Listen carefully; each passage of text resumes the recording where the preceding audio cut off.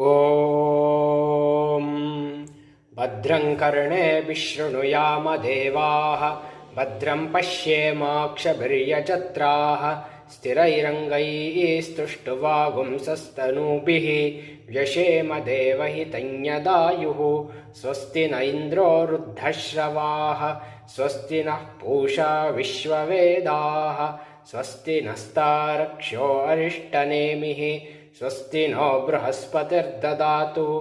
ॐ शान्तिः शान्तिः शान्तिः।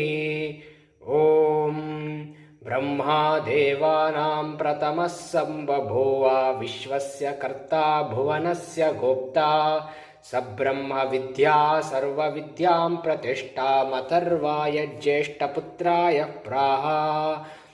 अथर्वणे यां प्रवदेत ब्रह्मा अथर्वातं पुरोवाच अंगिरे ब्रह्म विद्यां स भारद्वाजाय सत्यवाहाय प्राह।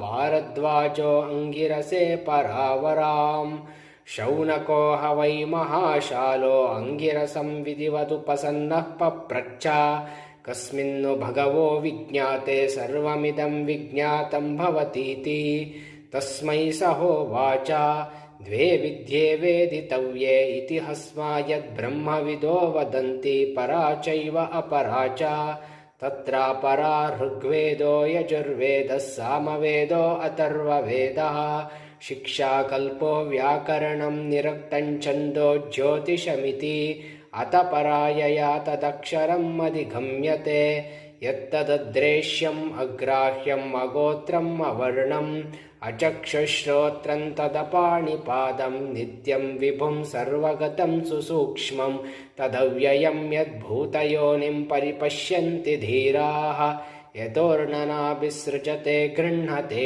च यथा पृथिव्याम् ओषधयः सम्भवन्ति यथा सतः पुरुषात् केशलोमानि तथाक्षरात् सम्भवतीह विश्वं तपसा चीयते ब्रह्मा ततोऽन्नम् अभिजायते अन्नात् प्राणो मनः सत्यं लोकाः कर्मसु चामृतं यः सर्वज्ञः सर्वविद्यस्य ज्ञानमयं तपः तस्मादेतद्ब्रह्मा नामरूपमन्नं च जायते।